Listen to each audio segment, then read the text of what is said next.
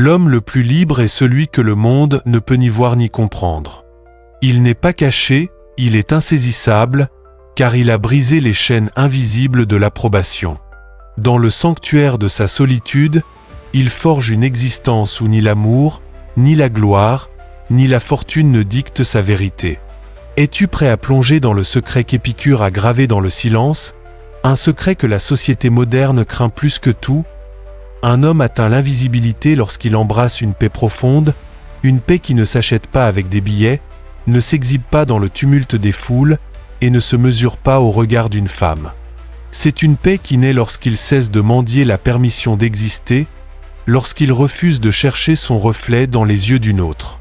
À cet instant, il devient un spectre pour la société, un fantôme qui échappe au radar du monde, mais un dieu pour lui-même, maître d'une liberté que peu ose réclamer. Épicure ne prônait pas une révolte bruyante, mais une extraction méthodique, presque chirurgicale, du chaos ambiant. Tandis que les autres se déchiraient pour capter l'attention, se consumant comme des bêtes affamées dans une cage d'illusions, lui s'éclipsait par une porte dérobée, sans un bruit. Il marchait vers un jardin, vers le silence, vers une vie où l'humeur d'une femme ne troublait pas son matin, où aucun serment, aucune bague, ne définissait sa valeur. Cette invisibilité n'était pas une fuite, mais une conquête.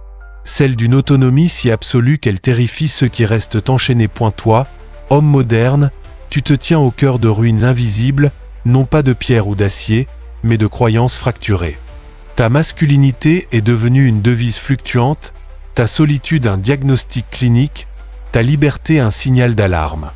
On t'a inculqué qu'un homme seul est un brouillon, une équation incomplète. Mais dis-moi, quel homme digne de ce nom a besoin d'un autre pour résoudre son essence?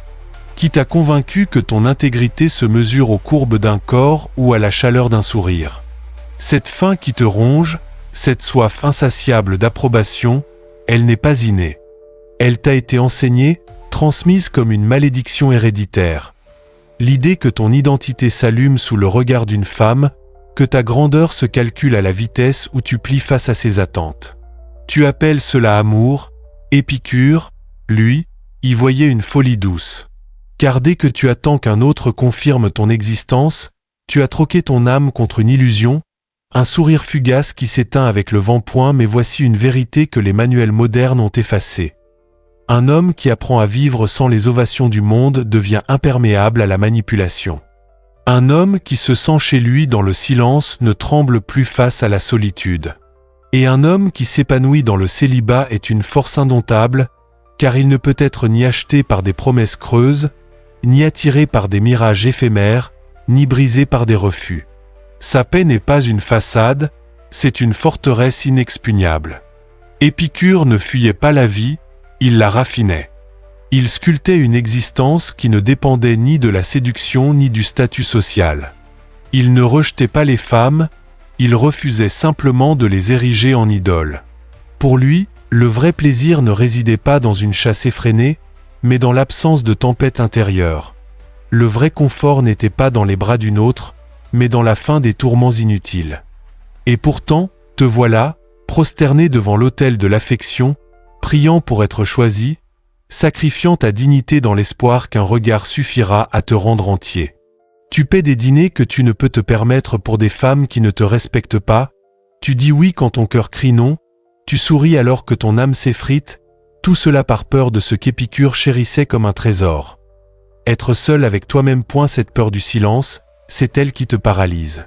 Le silence est un miroir impitoyable, et tu sais qu'en son absence de bruit, tu rencontreras l'homme que tu fuis depuis toujours.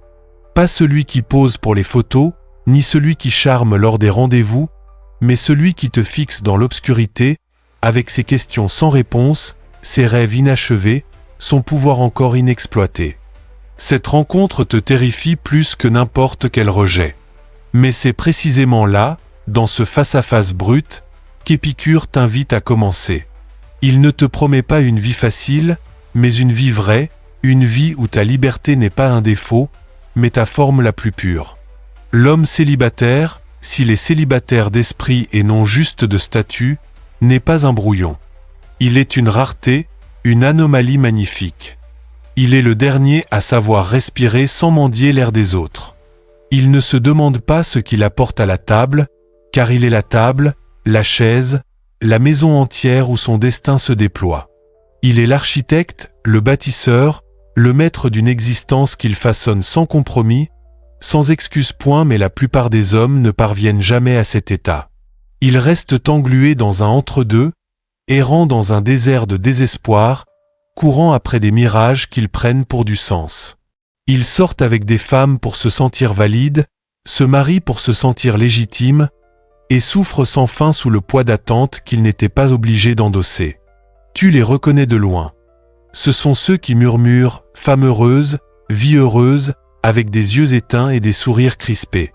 Ils ont été apprivoisés, comme des loups dressés à ramener le journal, comme des lions forcés à porter des costumes et à sourire pour les photos de famille.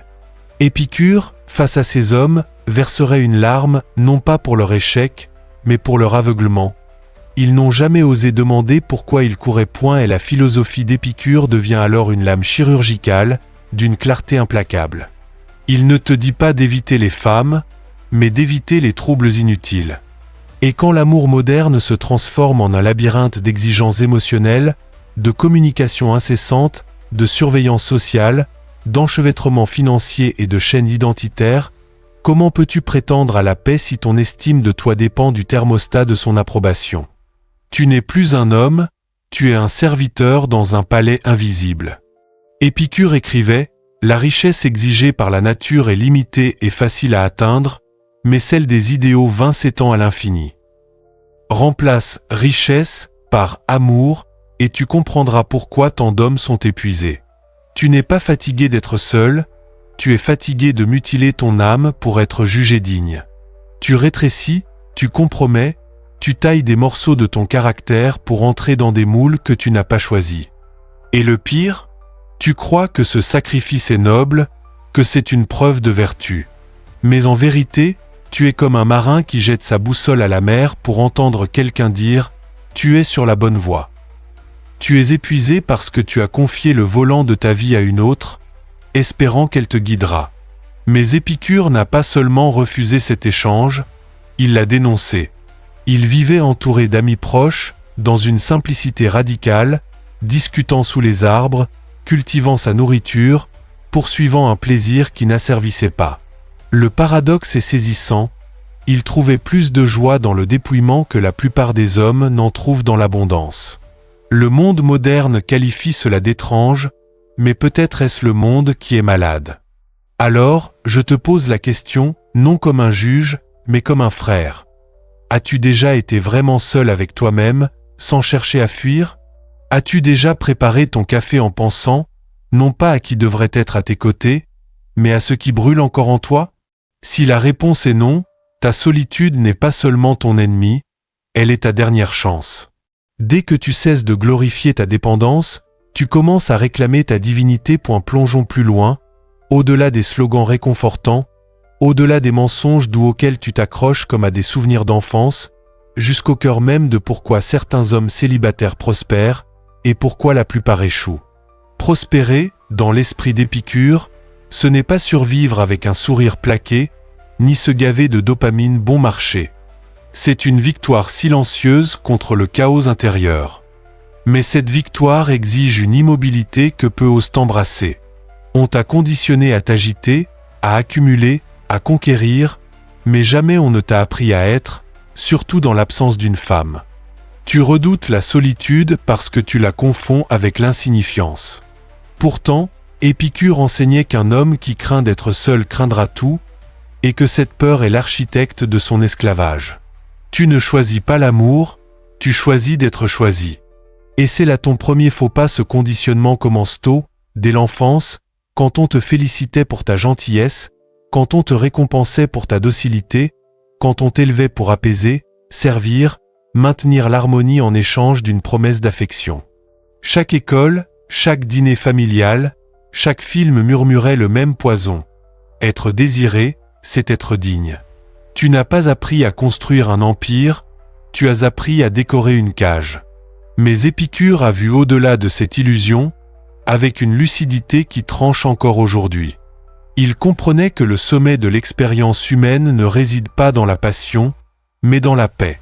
Et la paix est impossible lorsque tu confies ta température émotionnelle aux caprices d'une autre.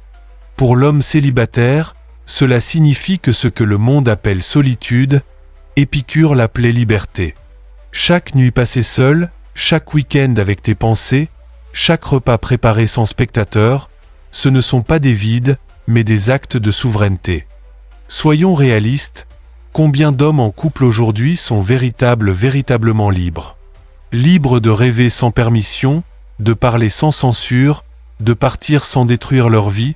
Tu les yeux, vois, souriant sur les photos, hochant la tête dans des restaurants, assistant à des séances de thérapie pour devenir de meilleurs partenaires, comme si leur masculinité était un désordre à corriger, non une force à célébrer. Mais l'homme célibataire qui suit le chemin d'Épicure voit plus loin. Il ne traite pas sa solitude comme une punition temporaire. Il la transforme en sanctuaire, un lieu où son esprit s'aiguise, où son âme s'apaise, où son temps devient son royaume. Il lit pour comprendre, non pour impressionner. Il s'entraîne pour dominer sa paresse, non pour attirer des regards. Il crée, il construit, non pour des ovations, mais parce que la création est dans son sang. Et plus encore, il devient insensible au rejet, aux modes, au jugement sur sa disponibilité émotionnelle. Il ne plie plus, il ne performe plus.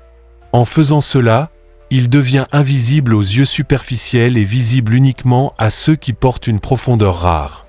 Voilà ce que signifie prospérer. Tu n'es pas non aimé parce que tu es défaillant.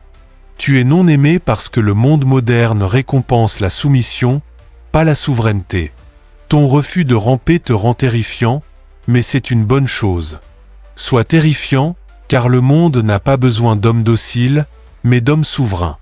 Et les hommes souverains se forgent dans le silence, loin des distractions, loin des chaînes déguisées en caresses. Les femmes n'étaient qu'un miroir. Ce que tu craignais, c'était ton propre reflet dans leur regard. La vérité que ton identité s'effritait sans leur validation, que ta grandeur s'était négociée pour des miettes de confort, que chaque « je t'aime » que tu poursuivais était un masque pour éviter de confronter le vide intérieur que tu n'avais jamais comblé. Épicure a vu à travers ce mirage avec une lame si affûtée qu'elle coupe encore aujourd'hui. Il comprenait que le monde n'opprime pas les hommes avec des chaînes visibles, mais avec des distractions. Des plaisirs éphémères, des promesses brillantes, des corps chauds qui refroidissent avec le temps. Tu penses choisir le plaisir, mais tu choisis juste la dépendance dans une bouteille plus jolie. Épicure nous mettait en garde, de tous les moyens d'assurer le bonheur tout au long de la vie, le plus important est l'acquisition d'amis. Mais nous avons remplacé l'amitié par l'engouement, la fraternité par des aventures, la vérité par la performance. Alors, tu te promènes avec un sourire cousu sur ton âme, comme une blessure masquée par du parfum. Tu dis que tu es heureux, mais seulement quand elle t'écrit, seulement quand elle te regarde, seulement quand tu es utile. Tu as transformé ton cœur en distributeur automatique. Tu y insères gentillesse, effort, argent, temps, et tu attends de l'affection en retour. Mais ce n'est pas de l'amour, c'est du commerce. C'est une négociation enveloppée dans de la poésie. Et Épicure rirait, non pas par moquerie, mais par tristesse. Car on t'a fait craindre la vie célibataire, comme si elle signifiait absence d'héritage, absence d'amour, absence de chaleur. Mais voici la vraie question. Si être célibataire signifie que tu confrontes enfin ta propre faim, ton propre silence, ta propre folie, est-ce vraiment une malédiction, ou est-ce l'alchimie qui transforme les hommes en rois? Réfléchis grec. Les idées les plus puissantes de l'histoire, les créations les plus radicales, les méditations les plus profondes, sont-elles nées dans les bras d'une amante ou dans les feux de l'isolement? Penses-tu que Marc Aurèle écrivait ses méditations lors d'un dîner romantique? Que Léonard de Vinci peignait tout en répondant à des messages? Que Épicure trouvait l'illumination en discutant du menu du soir? Non. Il se retirait. Il se détachait non par haine des autres, mais parce qu'il savait que la grandeur exige l'immobilité, et que l'immobilité ne prospère pas dans une maison bâtie sur des turbulences émotionnelles. Alors, pose-toi cette question, et fais-le avec une honnêteté brutale. Ai-je jamais été vraiment seul, ou n'ai-je été qu'entre deux femmes? Ton célibat a-t-il jamais été un choix délibéré, ou toujours un accident que tu as cherché à réparer? Tant que tu ne peux pas embrasser la solitude comme un chemin, et non comme une punition, tu n'es pas célibataire, tu es échoué. Mais l'homme qui est véritablement célibataire, intellectuellement, émotionnellement, spirituellement, devient un volcan de potentiel. Il n'a pas besoin de chercher la validation, car il a remplacé l'approbation externe par un ordre interne. Ses journées sont façonnées, non par la météo de ses émotions, mais par l'architecture de ses intentions. Et quand cet homme choisit finalement d'aimer, s'il le fait, il le fait par abondance, non par manque, par plénitude, non par famine, par vérité, non par soif. Mais d'abord, il doit gagner le droit d'être entier. Et cela, mon frère, est le voyage que le monde moque, car il craint ce que tu pourrais devenir si tu le termines. La mort du mythe de l'utilité masculine est au cœur de cette transformation. Tu penses prospérer parce que tu es utile, parce qu'elle s'appuie sur toi, t'appelle quand elle est triste, t'écrit quand son monde s'effondre. Mais l'utilité n'est pas l'amour, c'est l'emploi. Et dès que ta valeur est ancrée dans l'utilité, tu n'es plus un partenaire, tu es un outil. Implacable, provisable, cassable. Épicure nous a appris que la paix commence là où le besoin s'arrête. Pas seulement les besoins du corps, mais les besoins de l'ego. Et qu'est-ce que l'amour moderne, sinon un contrat de nourrissage mutuel de l'ego? Tu lui dis qu'elle est parfaite, elle te dit que tu es fort. Tu paies le dîner, elle te donne de l'affection. Tu dis oui quand tu veux dire non, elle dit peut-être quand elle veut dire jamais. Et vous prétendez tous deux que c'est de l'amour. Ce n'est pas le cas. C'est une guerre polie. L'homme célibataire qui prospère a quitté ce champ de bataille. Pas parce qu'il a perdu, mais parce qu'il a vu que la guerre était une distraction. Épicure s'est éloigné de la ville, de la politique, de l'ambition publique, non par faiblesse, mais parce qu'il comprenait que la liberté ne se gagne pas dans la conquête, mais dans le retrait.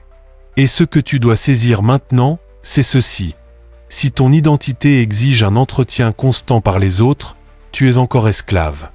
Si ta paix dépend de si elle t'aime encore, tu vis sur un oxygène d'emprunt. Tu n'es pas seul, tu es juste méconnu de toi-même. Et c'est là que le célibat devient sacré, non comme un retard du destin, mais comme l'unique état où tu rencontres enfin le toi brut, sans vernis, celui qui n'a rien à prouver, pas de fleurs à acheter, pas de photos à publier, pas de jalousie à provoquer. Juste un homme qui respire, non observé, non applaudi, sans s'excuser d'être seul. Peux-tu supporter cela? Peux-tu t'asseoir dans une pièce, débranché de la performance, et te sentir encore significatif? La plupart ne peuvent pas. Ils se précipitent vers les applications, les flirts, les discussions superficielles qui masquent le grand vide intérieur. Mais pas toi, pas si tu marches sur le chemin d'Épicure. Ce chemin, bien que silencieux, est brutal dans son honnêteté. Il te demande « Que fais-tu quand il n'y a personne à impressionner? Que crois-tu quand personne n'est là pour approuver? Quel homme es-tu quand elle ne regarde pas ?» Les réponses que tu trouves là sont ton vrai caractère.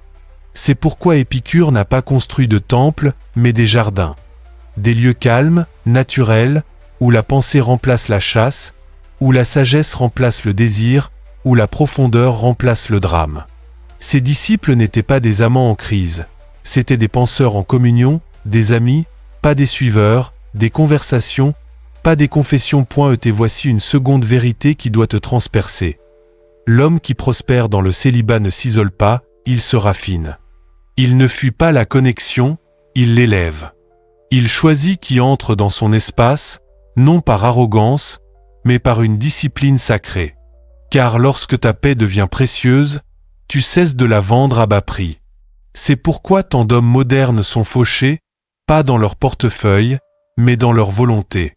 Ils vendent leur énergie pour des flirts, leurs rêves pour du confort, leur feu pour la fausse promesse d'une sécurité émotionnelle.